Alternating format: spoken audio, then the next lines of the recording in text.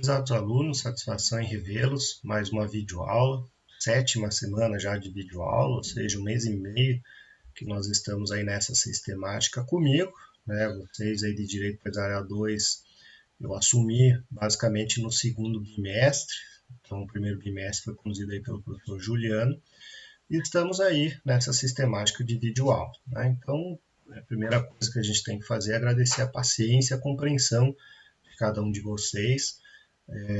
Sabemos que não é o ideal, não é aquilo pelo qual qualquer um de vocês fez o vestibular e pensou em estudar o direito, mas é aquilo que a gente está podendo fazer sem prejuízo, né, da evolução do semestre de vocês. Então, seria muito pior se não tivessem essas videoaulas e vocês não pudessem aí passar para o próximo semestre, que é na metade do ano. Então, o prejuízo seria muito grande para vocês, para a instituição, para todo mundo.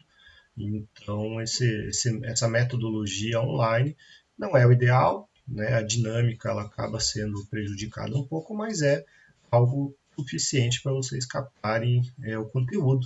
O conteúdo está aí. Nós temos os PowerPoints, inclusive dessa aula também está anexa, toda aula vai ter o PowerPoint anexo, e sempre uma questão aí para vocês responderem, uma questão que, traduzindo na pedagogia, é a forma de eu obrigar vocês a buscarem o conteúdo além da simples audição e verificação desse vídeo. Tá? Então, é um método aí que a gente se utiliza para obrigar vocês a irem atrás do conteúdo e, naturalmente, pelo simples passar de olhos e a simples pesquisa do conteúdo fora aí desse vídeo, vocês estão estudando. Vamos acompanhar aí nos slides, os slides sempre disponíveis aí para vocês no portal do aluno.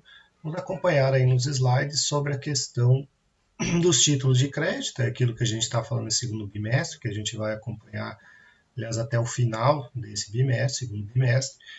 E hoje, em específico, a gente começa a ver os títulos de créditos em espécie.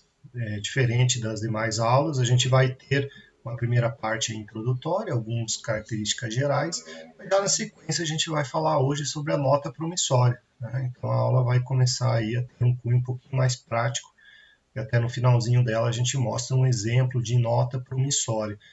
Então é a tônica aí das demais aulas, a gente vai procurar cada aula, a partir de agora, fazer um título de crédito, mostrar um exemplo concreto e demonstrar aí os elementos essenciais de cada um deles. Então acompanhe nos slides para ficar mais fácil.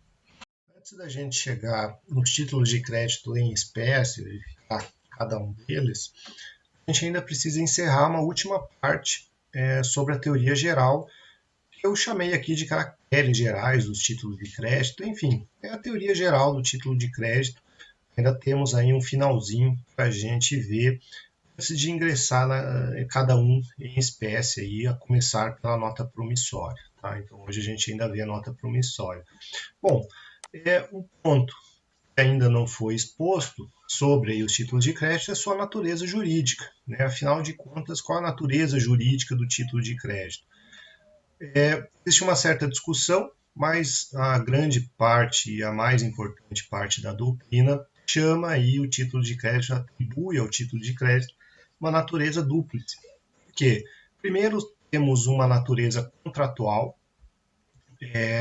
relacionada aí entre o devedor e o credor, mas também temos, né, uma ordem ou uma imposição, e aí é uma relação unilateral feita pelo devedor em relação ao terceiro portador do título. Né? Então, nós temos uma dúplice relação. Primeiro, a origem, que é contratual, devedor e credor originários, e depois existe uma ordem de pagamento a ser realizada frente a um terceiro, aquele que porta o título. Aí é unilateral. Né? Então, nós temos essa característica interessante do título de crédito, que ela é dúplice.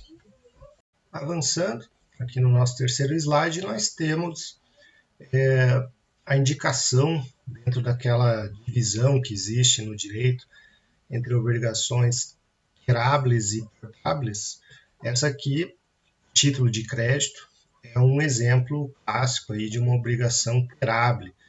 ou seja, de apresentação, diferente da portábil em que você precisa receber, né, ou cobrar aquele valor no domicílio do credor. Aqui não, aqui é uma obrigação querável, né? Você pode, de simples apresentação, não tem essa limitação. Né? Isso porque é próprio e característico do título de crédito, o direito, a obrigação, ela está incrustada no título. Né? Aquela característica da cartularidade e da autonomia que existe do direito em relação aí à obrigação, né, em relação aí à ordem de pagamento. Então, quem está de posse do título é o titular do crédito nele inserido. Né? Então, nós temos essa lógica geral dos títulos de crédito. Então, é uma obrigação contábil, basta apresentar aí, não precisa ir até o domicílio do credor para poder se cobrar aquele título, aquele valor. Avançando aqui no quarto slide do dia de hoje, dentro dessa ideia aí de caracteres gerais dos títulos de crédito, nós temos a classificação dos responsáveis por essa obrigação constante no título. É diferente de um simples contrato e tudo mais, o título de crédito ele sempre vai, de alguma forma, se abrir para um terceiro, né, ou obrigado secundário. Então, nós temos diferentes do contrato, que temos as partes aí, o contratante contratado. Aqui no título de crédito, nós temos primeiro os dois entes, as duas figuras diretas, os principais, que são os aceitantes, né, o pessoal que emite a nota de crédito, o título, e de outro lado nós temos os obrigados secundários, todos aqueles sacadores ou os endossadores e inclusive avalistas. Então vejam que o título de crédito ele vai incorporando terceiros na obrigação, no cumprimento dessa obrigação, conforme cada um vai indicando o seu nome, seu endosso ou seu aval, são coisas que a gente vai ver mais para frente, esses terceiros também vão assumindo essa obrigação solidária de quitar aquela dívida. Então, vejam que o título de crédito ele vai somando pessoas, ou seja, obrigados secundários. Então, nós temos, num primeiro momento, aquele que emite, é o devedor principal, o emitente, aquele que assina a nota promissória, e depois nós temos os terceiros que vão assumindo, vão se incorporando em razão aí de um endosso ou de um aval dentro daquele título de crédito. Então, os responsáveis na obrigação também têm uma peculiaridade no título de crédito. Avançando, a questão da desoneração do devedor. Vejam que qual é a regra geral? O devedor ele se exonera, ele deixa de ser devedor quando ele paga essa dívida. Né? Então, é a lógica do pagamento que vai desonerar o devedor. Mas aí surge um problema, uma questão sobre se ele pagou para alguém que agiu de má fé. Então vejam, qual é a regra geral? A regra geral é o artigo 901 do Código Civil. Fica desonerado o devedor aquele que paga o título. Né? Pagou o título ao legítimo portador, na data do vencimento, desonerou o devedor. Então, o devedor, aquele que se comprometeu a pagar, uma vez que pagou o título, ao portador, vejam que independe da necessidade de ser o emitente originário, esse título ele circula, é próprio do título do crédito, uma vez pago aquele que legitimamente apresentou aquele título, exonera o devedor. Mas aí o artigo 901 do Código Civil traz uma disposição importante, o salvo se agiu de má fé, ou seja, o devedor ele sabe que aquele título ele foi injustamente repassado, ele sabe que aquele título foi furtado, por exemplo, e mesmo assim paga, ele não desonera o devedor. Vejam que é importante isso daqui. Se o devedor sabe que o portador adquiriu aquele título de má fé, furtado, simulou, enfim, de alguma maneira ele não é, né, aquele que deveria estar portando aquele título, mesmo assim, se o devedor pagar, ele não se desonera da obrigação. Né? Vejam que o dispositivo, né, a hipótese de má-fé, o pagamento não terá validade, ou seja, é possível ser, vamos pegar o exemplo do banco, se o banco paga um cheque furtado, ou se a assinatura do endosso está grosseiramente aí falsificada, né, uma assinatura totalmente conexa com a verificação real, se o banco proceder àquele pagamento, o banco vai ter que pagar duas vezes, vai ter que pagar sim para o devedor originário, aquele que é o legítimo portador do vencimento. Então vejam que o agio de má-fé, aquele que está com título de má-fé, não é e não vai ser pago. Agora, cabe às pessoas e cabe em cada um dos títulos, em cada um dos procedimentos, realizar, né, as iniciativas próprias para demonstrar que aquele título, aquele que o possui, não está de boa fé. Um exemplo clássico, inclusive foi pergunta para vocês, é no sentido de e o cheque furtado, o banco tem que pagar? Não, mas cabe ao emitente, cabe ao devedor levar para a instituição financeira essa informação de que o cheque foi furtado. Então ele tem meios de fazer isso, faz um boletim de ocorrência e apresenta isso para, né, a instituição financeira. Então veja, se não tiver nenhuma dessas indicações, o cheque vai ser pago e aí válido. Agora, no momento em que o banco tem ciência, ou seja, o banco tem condições de saber que ele está de má fé, se o banco pagar mesmo assim, o banco corre o risco aí de ter que pagar duas vezes, né? Porque o primeiro pagamento não teve validade. Então, a desoneração do devedor, essa peculiaridade aí do artigo 902 do Código Civil. Avançando, momento do pagamento, né? Quando que se paga um título? Quando está indicado na cártula o dia do vencimento. O próprio título traz aí o dia do vencimento. Detalhe que alguns títulos, como o cheque, são, por lei, uma determinação de pagamento à vista. Então, em alguns títulos não há essa possibilidade de colocar uma data de vencimento, ou melhor, né, a data que se assina é a data do vencimento.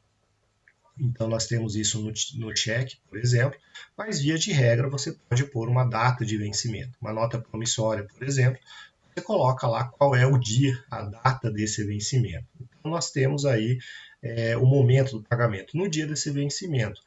O credor, ele não é obrigado a receber o valor antes daquela data. Né? Vejam que curioso, o Código Civil se preocupa com isso também. Né? Vejam que, imagine o devedor que quer antecipar um pagamento, o credor não é obrigado a receber. Ele não é obrigado a receber antes do vencimento. De certa maneira, ele pode se recusar a receber esse valor antes do vencimento. Então, é uma situação aí não é comum, via de regra, todo mundo aceita receber antes, e até gostaria de receber antes, mas temos aí essa disposição expressa do artigo 902.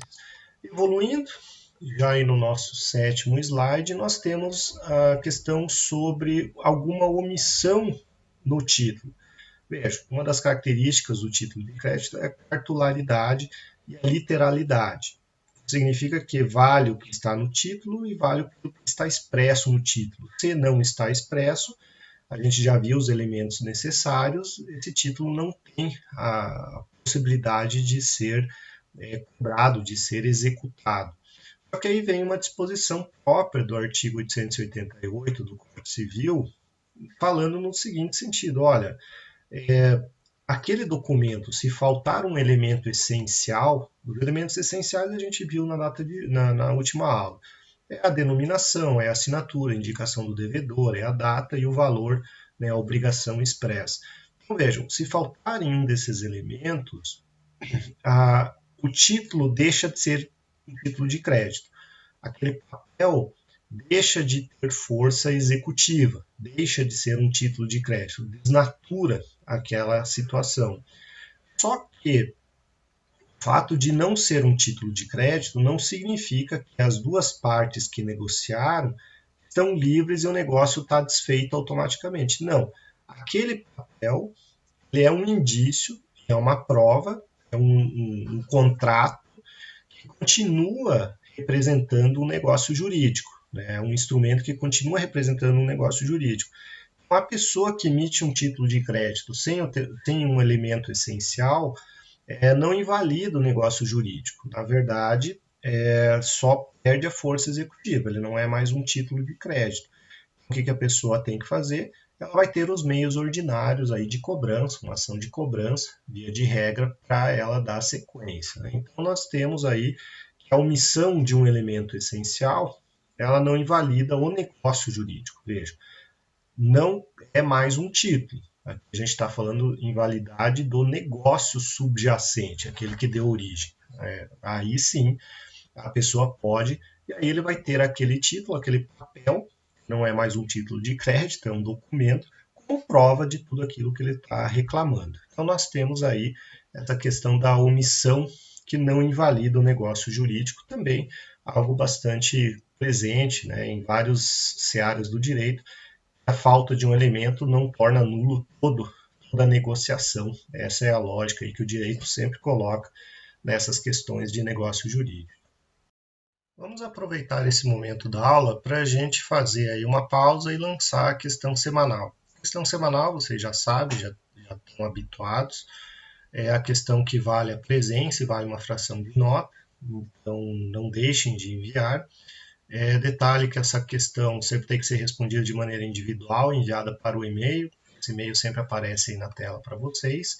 E a resposta dessa questão deve ser postada, deve ser enviada para o meu e-mail até o dia de aula da semana subsequente em que a gente está divulgando essa aula. Então, veja, a gente está divulgando essa aula referente aí ao dia 26 de maio, né, a semana que compreende aí dia 25 ao dia 29, de modo que 27 de maio, desculpe, de modo que o dia da aula da semana subsequente, nossas aulas sempre quartas-feiras, de modo que o dia da aula da semana subsequente é dia 3 de junho. Então, dia 3 de junho é o prazo final para vocês enviarem a resposta a essa pergunta que eu vou formatar agora. Né? Então, nós estamos divulgando aí essa videoaula na semana entre o dia 25 a dia 29, de modo que o prazo para o envio desse e-mail é dia 3 de junho. E qual é a pergunta? A pergunta é a seguinte: se vocês forem verificar o Código de Processo Civil, em específico lá o artigo 784, vocês vão ver que os títulos de crédito eles são classificados em especial lá no inciso 1º, artigo 784, inciso 1º do Código de Processo Civil, eles são títulos executivos extrajudiciais. Ok? São títulos de crédito, são títulos executivos extrajudiciais. Só que logo no inciso 3º, vocês vão ver que qualquer contrato assinado por duas testemunhas também são títulos executivos extrajudiciais. Aí que é a minha pergunta, se é correto a gente poder afirmar que o contrato assinado por duas testemunhas, para ele se caracterizar como título executivo extrajudicial, ele poderia ser equiparado a um título de crédito. Né? Então essa é a minha pergunta, já que o CPC coloca o contrato como título executivo, assim como os títulos de crédito, esse contrato com duas testemunhas poderia ser equiparado aí como um título de crédito. Então essa é a minha pergunta para vocês me enviarem até dia 3 de junho. Voltamos aos nossos slides. Oitavo slide, a gente traz aí uma questão interessante, bastante importante, que a gente falou lá no início, quando a gente estava falando dos títulos de crédito, sobre essa questão de o quanto o título de crédito é importante para o capitalismo e, naturalmente, para a troca de capitais entre pessoas, as mercadorias e tudo mais. Vejam, isso é algo que, obviamente, se espalha no mundo todo, não é algo só do Brasil. Então, o que acontece? Já há muito tempo, e esse é muito tempo, estou falando lá de 1930, então vejam, já quase 100 anos, se colocou aí a importância de que os títulos de crédito eles possam ser validados e aproveitados não somente no âmbito nacional, dentro de um território único nacional. A ideia é que esse título de crédito seja uniforme, a fim de que um documento lançado aqui no Brasil, por exemplo, possa ser aproveitado lá na França, ou qualquer outro país, enfim. Lá em 1930 foi celebrada houve uma convenção, uma conferência em Genebra, na Suíça, e os países que lá estavam assinaram, né, convalidaram os dispositivos dessa conferência. Né? Então existe uma Convenção Internacional de Genebra, lá de 1930. Essa convenção resultou num documento oficial, que é a Lei Uniforme. Então a gente fala, né, e vocês já viram várias vezes a gente mencionar a tal da Lei Uniforme. Uniforme por quê? Visa uniformizar a compreensão dos títulos de crédito nesses países signatários. Então, os países que aderiram a essa convenção, que assinaram, né, foram signatários dessa convenção, se comprometeram a se adequar a essa lei uniforme. Então, aí nesse slide a gente coloca, né, aonde que o direito brasileiro expressou isso. Né? Vejam que nós temos, conforme o título, nós temos essa vinculação à lei uniforme. Né? Então vejam que nós temos o decreto lá de 66, temos um para o cheque, um para a letra de câmbio, outro para a nota promissória. Enfim, conforme o título de crédito, ele foi se vinculando a essa lei uniforme. A lei uniforme, tudo aquilo que não está expresso no nosso Código Civil, remete-se aí de forma subsidiária para a lei uniforme. E as regras aí que internalizaram essa lei uniforme. Por quê? Né? Se a gente avançar aqui no próximo slide, a gente vai ver que a própria lei uniforme, ela tem um anexo, o anexo 2, e lá essa lei uniforme, ela possibilitou que cada um dos países signatários fizessem ressalvas. Né? Então foram colocadas lá 23 premissas em que os países pudessem aí optar se ingressariam ou não naquelas premissas. O Brasil adotou 13 daquelas premissas. Né? Então vejam, a Convenção Internacional de Genebra, ela foi incorporada no direito brasileiro, mas não na sua integralidade. Ela foi, na sua maioria, desses 23 premissas, né, as reservas aí, ela permitia, o Brasil optou por 13, ou seja, parte daquelas regrinhas não foi incorporada. E aí existe um outro problema, né? Essa convenção ela foi redigida em francês, e a tradução para o português de muitas expressões ela não diz exatamente o que deveria falar. Né? Então nós temos aí um problema de tradução da Convenção de Genebra quando aplicado aqui para a realidade brasileira. Mas, de um modo geral, naquilo que não se contrapõe com a legislação brasileira, naquilo que não vai de encontro com o Código Civil, nós se aproveitamos dessa lei uniforme. Então, várias vezes a gente vai mencionar a tal da lei uniforme, e essa lei uniforme tem origem aí dentro dessa convenção já há muito, para que o título de crédito seja aproveitado no âmbito internacional. Então, com essa disposição e com tudo isso que a gente falou até agora, a gente encerra essa verificação geral, essa verificação dos elementos abstratos, né, os elementos mais etéreos aí dos títulos de crédito. Vamos passar agora a falar de cada um deles, né, e, obviamente, a gente aproveita e mostra um exemplo sempre ao final de como é esse título de crédito. Vamos começar com a nota promissória. A nota promissória, ela é um título de crédito que tem uma peculiaridade, ela tem um regime praticamente inteiro regido pela lei da letra de câmbio. Então, na próxima aula a gente vai falar da letra de câmbio, e tudo que a gente falar da letra de câmbio vai valer praticamente para a nota promissória. Então a nota promissória é um título que se aproveita das disposições da letra de câmbio. Então a gente vai fazer uma introdução da nota promissória, para que na próxima aula, aquilo que a gente falar da letra de câmbio, a gente lembra que vale para a nota promissória. A nota promissória é um título de crédito, né? Vamos evoluir aqui no slide, 11º slide, fazendo, né, que a nota promissória é um compromisso de pagar a outra em uma certa importância em dinheiro. é uma promessa escrita de pagar aí algo em favor de outrem. Existem duas pessoas envolvidas, principais, né, o sacador ou emitente, o escritor, subscritor é aquele que assina, né, aquele que é o devedor, que promete pagar, e um favorecido, um beneficiário aí, ou sacado. Né? Então, vão se habituando aí com essas palavras. Vejam que nós temos o sacado, o beneficiário, o favorecido, e o sacador é quem assina, quem promete pagar, devedor. Devedor e credor. Então, nós temos duas pessoas aí envolvidas. Né? Então, a nota promissória ela é muito mais prática, por exemplo, que a letra de câmbio, porque a letra de câmbio vai envolver um terceiro aí, que vai realizar o pagamento em nome de outro. Né? Então, vejam que a letra de câmbio também exige-se um aceite para se tornar título de crédito, já a nota promissória não. Né? Basta o que emite o devedor assinar, que está valendo aí como título de crédito. Né? Então, tem essa peculiaridade aí de envolver apenas duas pessoas.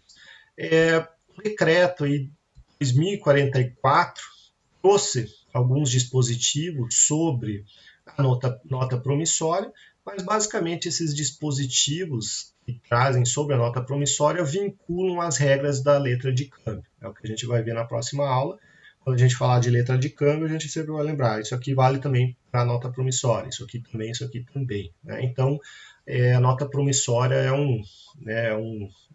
se aproveita aí, é um adendo, vamos dizer assim, da legislação da letra de câmbio, que é muito mais complexa e muito mais robusta do que a gente vai ver aqui na nota promissória. Bom, o que precisa ter na nota promissória? Aí a gente vai se valer do artigo 75 da Lei Uniforme, aquilo que a gente falou logo atrás dessa Convenção de Genebra que o Brasil é signatário. Primeiro, a gente precisa ter o nome, nota promissória, expressa nesse documento. Então, precisa indicar, a gente viu lá atrás que a denominação é um dos elementos necessários aí para esse título de crédito. Então, tem que pôr em algum momento do papel a expressão nota promissória. Além disso, precisa indicar a promessa pura e simples de pagar uma quantia determinada. Né? Então, a promessa de pagamento é a característica essencial desse título. É uma promessa pura e simples que não decorre, via de regra, de uma relação existente, de uma negociação anterior. A nota promissória, ela, na sua essência, ela não é uma relação causal. Infelizmente, a gente já vai ver depois, a grande maioria das pessoas usa a nota promissória como uma garantia de um contrato, mas ela não serve para isso, ela não foi originariamente concebida para isso. Basicamente, ela é uma ordem de pagamento pura e simples, uma promessa de pagamento pura e simples, desvinculada de um contrato. Então, na sua essência, a nota promissória não está vinculada, ou seja, não existe causalidade com alguma negociação anterior. Né? Então, essa é a essência da nota promissória. Bom, terceiro, precisa pôr a indicar o momento do pagamento, a época do pagamento, quando vai ser devida aquela importância. Se não tiver indicado quando se deve pagar, aí vem a disposição legal que diz que você não põe a data, ela considera-se vencimento à vista. Né? Então, se você não indicar quando ela deve ser paga, considera-se à vista essa ordem, no momento da assinatura. Além disso, precisa indicar o lugar em que se deve efetuar o pagamento.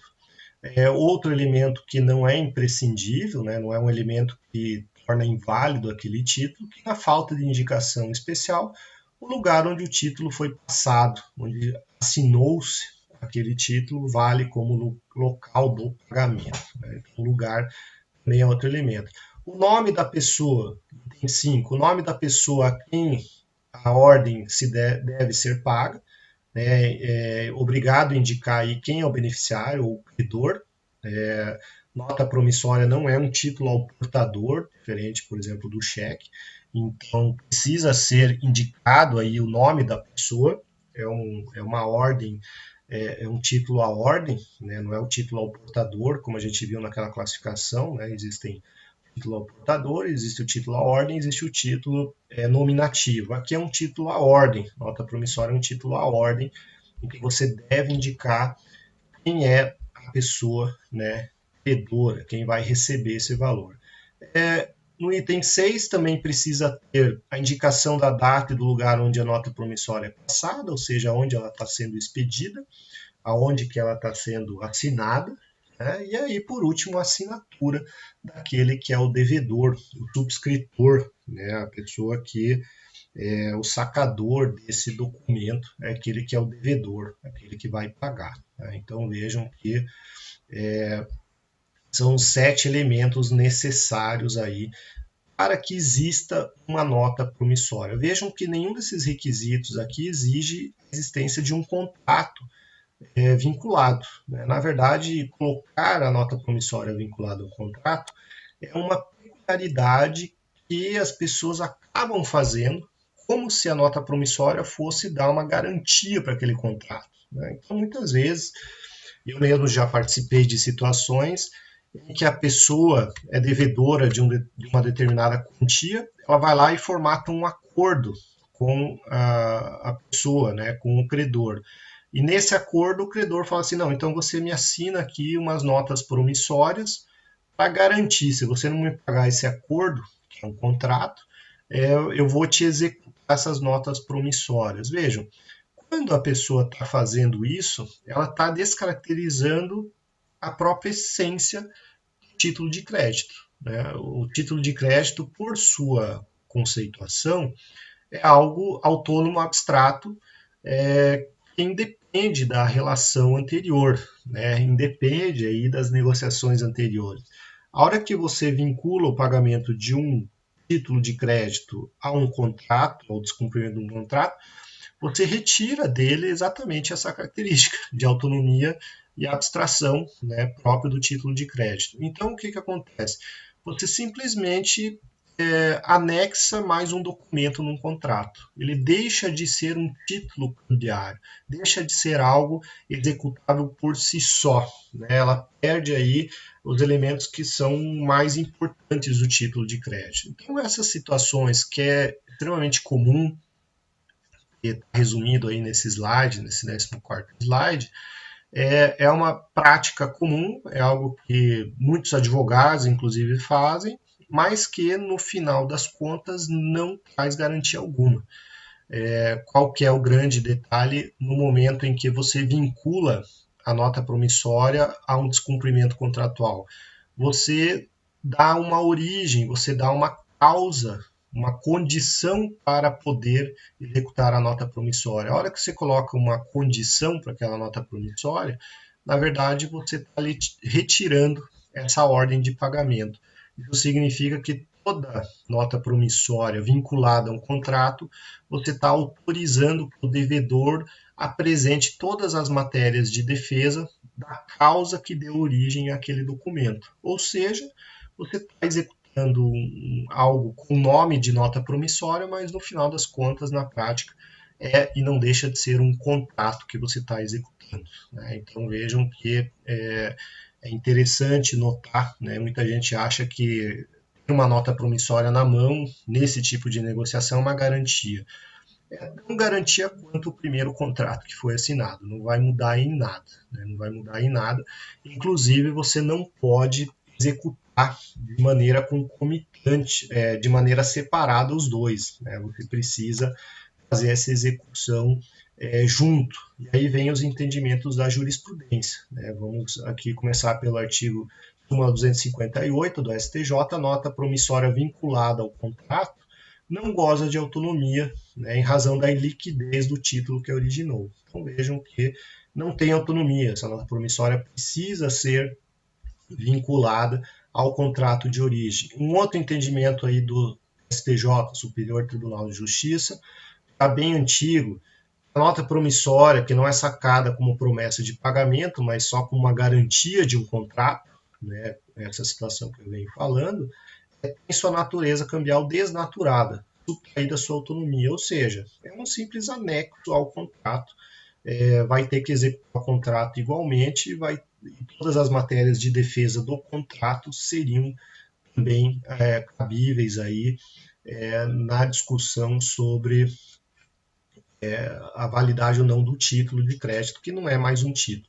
E aqui, por último, né, a última frase diz respeito aí à impossibilidade de você executar o contrato e o título. Né? Vejam, a hora que você vincula o título de crédito, nota promissória, é um contrato, vira uma coisa só. Né? Então não pode o credor, de forma concomitante, ajuizar duas execuções distintas, né? Uma da nota e outra do contrato. As duas coisas estão vinculadas, ou seja, né, a nota promissória deixa de ter aí a sua principal vantagem, que é a sua autonomia e abstração. Então é algo comum que se faz errado no âmbito jurídico e poucos sabem disso. Bom, todas as outras regras sobre nota promissória a gente vai colocar quando a gente falar da letra de câmbio na próxima semana. Tá? Então, por quê? Porque a lei da nota promissória, o artigo 77 e 78 da lei uniforme, diz que, né, são aplicáveis às notas promissórias todas as disposições relativas à letra de câmbio no que concerne ao quê? Endosso, vencimento, pagamento, direito de ação, pagamento por intervenção, cópia, alteração, prescrição e dias aí, contagem prescricionais. Então vejam, tudo isso daqui a gente vai ver na próxima aula da letra de câmbio e vai valer para a nota promissória. Né? Então, a nota promissória a gente traz só esses elementos básicos aqui e o aprofundamento da nota promissória a gente vê em conjunto com a letra de câmbio. E aqui, por último, para a gente encerrar a aula de hoje, um exemplo bastante simplório do que é uma nota promissória. Né? Então, isso aqui é um bloquinho. Né, antigamente a gente comprava em bancas esses bloquinhos para emitir nota promissória. Pode ser um texto contínuo, pode ser uma folha de papel, pode ser, enfim, a nota promissória. Ela só exige que os elementos necessários, que são aqueles 7 lá que a gente mencionou, ele não exige uma forma pré-determinada em lei, né? O layout não é pré-determinado. Isso aqui é um exemplo, né? Um exemplo bem simples de nota promissória. Pode ser um texto corrido, pode ser aí diversas formatações. Aqui é um dos exemplos que a gente tem. Né? Então, veja, tem a data do vencimento, tem o valor, o que deve ser pago para quem, né? E a data aí de pagamento. Então, vejam que 7 elementos indicados de uma maneira bem concisa nesse simples boleto, né, chamado nota promissória. Então, um exemplo aí para vocês se utilizarem caso necessário. Mas existem vários outros, de livre indicação aí, livre formatação a nota promissória. Bom, pessoal, com essa indicação, com esse texto aí, com esse slide sobre a nota promissória, a gente encerra a aula de hoje. Semana que vem a gente avança em mais um título de crédito, que é letra de câmbio. Né? Nós vamos falar a aula inteira sobre letra de câmbio. Agradeço mais uma vez a paciência, a compreensão. Espero que todos estejam bem. Um grande abraço e até a próxima semana.